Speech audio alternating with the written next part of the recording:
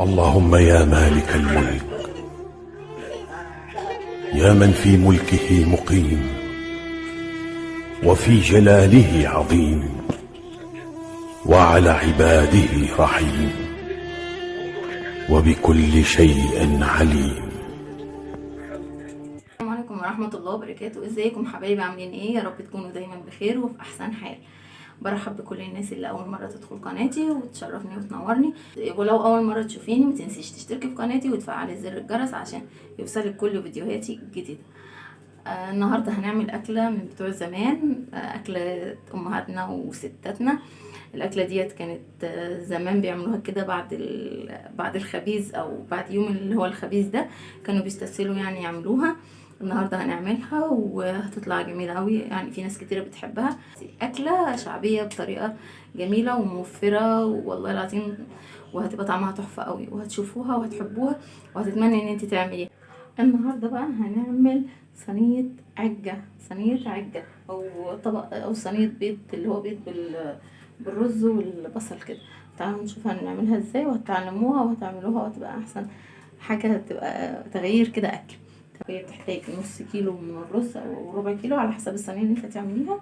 تمام، احنا بنحط نص كيلو رز، وبتحتاج بصل وبتحتاج خضرة وعصير طماطم، يعني مش كتير، عصير طماطم مش كتير، يعني كوباية عصير طماطم او كوباية ونص، واربع بيضات. تمام، والتوابل بتاعتها مش بتحتاج اكتر من كده. تمام، تعالوا نشوفها نعمل. هنحط حبة زيت بس كده صغيرين في حلة، هنعمل فيها رز ابيض، رز ابيض ساده يا جماعه، ولا شعريه ولا اي حاجه. نحط حبه زيت وهنجيب نغسل الرز ونجيبه، وهنحطه على اول ما الزيت يسخن كده هنجيب منزلين الزيت وهنقلبه شويه عشان ما يعجنش مننا. كل ما تقلبي الرز في الزيت وتسيبيه شويه هيكون ايه، مفرفر منك وحلو. تمام، مش هيعجن بس كده. وهنزود حبه ميه صغيرين ونسيب الرز يستوي. ده كده عملنا الرز بتاع التقليه. تمام، بعد كده نحط معلقه ملح بس عليه، وبعد كده هنسيبه يستوي على جنب. طبعا بزوده حبة مية وبسيبه، ما بغطيهوش ولا اي حاجة، بسيبه كده لحد ما يغلي، وبعدين بنقله على عين هادية، على نار هادية، وبعدين ايه بغطيه. تمام، كل التانية بقى هننضف الخضرة، هننضفها كويس قوي. هي الخضرة طبعا ما فيهاش حاجة، ما فيهاش اي حاجة، ده كانت طازة ولسه جاية من الارض يعني، جميلة اوي. تمام، بصوا ما فيهاش اي حاجة، ولا ورقة صفرا ولا اي حاجة، الخضرة كانت لسه جميلة والله العظيم. تمام، كده غسلتها، كده نضفتها. خدها بس اغسلها وارجع لكم نخرطها مع بعض. نخرطها زي المحشي كده، خضرة رفيعة. ده بوريكم المقص ده انا مخليها للمطبخ بس، بعمل بيه كل حاجة في المطبخ. تمام، الرز بدأ اهو يتشرب. غسلت الخضرة وهنيجي نقطعها مع بعض، نقطعها قطع رفيعة خالص زي المحشي كده. تمام، طبعا احنا بنستعمل في الخلط في الوصفة دي كزبرة بس، ما بنحطش اي نوع خضرة تاني. تمام، قطعنا الخضرة، وطبعا انا كنت نقلت دلوقتي الرز على العين الهادية. تمام، وغطيت عليه. دلوقتي هنقشر بقى كمية البصل اللي معانا ديت، هنقشرها كويس، وبعدين هنخرطها في الحلة، نقطعها بقى كده برضه قطع رفيعة في الحلة بقى على طول. تمام، نقطعها على طول. لو الكبة معايا طبعا كانت هتسعفني شوية. المهم قطعنا كمية البصل، هنحط عليها كمية زيت محترمة كده، وبعدين نقلبها. انا مش عايزة البصلة تحمر خالص، انا عايزة البصلة دبلانة. على ما البصلة تدبل كده هنكون ضربنا شوية طماطم في الخلاط، يعني قولي 4 5 6 حبات كده طماطم، مش هنحتاج كتير. هنضربهم في الخلاط، والبصل اول ما البصل يدبل هنحط معلقة ملح، ونحط التوابل بتاعتنا بقى، فلفل، كمون.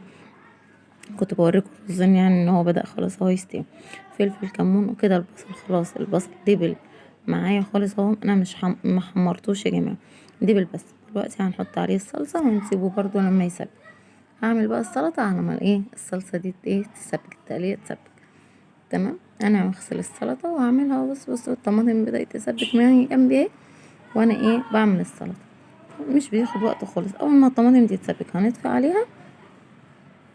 عايزة فيها شوية صوص، يعني انا مش عايزاها ناشفة، انا مش عايزة الصلصة ناشفة، انا عايزة فيها ايه شوية صوص. بصوا عايزة فيها شوية صوص كده. تمام. وطبعا البصل بتاعها كتير فبيبقى باين كده. انا خلصت السلطة. كانت كانت التقلية عندي، الصلصة عندي هديت بردت، والرز برد. طبعا انا كنت طافية عليهم من قبل ما اخلص الصلصة. تمام. دلوقتي هخلط ايه بقى؟ دلوقتي هخلط الرز على السلطة، البصل والطماطم دول هنخلطهم على بعض، تبقى شكل خلطة المحشي بالظبط، تبقى شكل خلطة المحشي بالظبط. تمام. بس الرز عندنا هنا مستوي، احنا بنحط في المحشي رز مش مستوي. وهنحط الخضرة. تمام. وبعد كده هنسخن الطاسة دي، الصينية دي فيها حبة زيت صغيرين، هنولع عليها. وبعد كده هنعمل البيض. هنحط البيض في طبق، وبعدين نحط عليه حبة فلفل، حبة كمون، ونقلبه عشان الزفارة، ومعلقة معلقة خل صغيرة عشان الزفارة. تمام. وبعدين هنحط معلقة أو معلقة ونص من الكربوناتو. يا جماعة احنا بنجيبها من عند العلب، بتقول له عايزة ب5 جنيه كربوناتو كده. طبعا الزيت سخن، أهم حاجة الزيت يسخن على الآخر. آخر حاجة ما تتوقعيها كده الزيت يكون سخن قوي، تنزل تعمل تش ده كده. خلاص دي كده هنحطها في الفرن وهتطلع بالمنظر ده. تقولي عليها صينية كيكة، تقولي عليها حاجة حلوة. بصي الطعم احسن بكتير. بصوا ما شاء الله، نقطعها حتت زي الكيكة بالظبط كده، ونحط جنبيها مخلل، جنبيها سلطة، اي حاجة. بصي لو حطيتي جنبها، لو ما حطيتيش جنبها اي حاجة هتتاكل. بصوا حاجة كده طعمها جميل، مفيدة، فيها خضرة، فيها رز، فيها بروتين، البيض، كل حاجة على بعضها. بألف هنا وشفا. ولو وصلتوا لحد هنا متنسوش تضغطوا لايك واشتراك، وتشتركوا في القناة وتفعلوا زر الجرس عشان يوصلكوا كل جديد. السلام عليكم ورحمة الله وبركاته.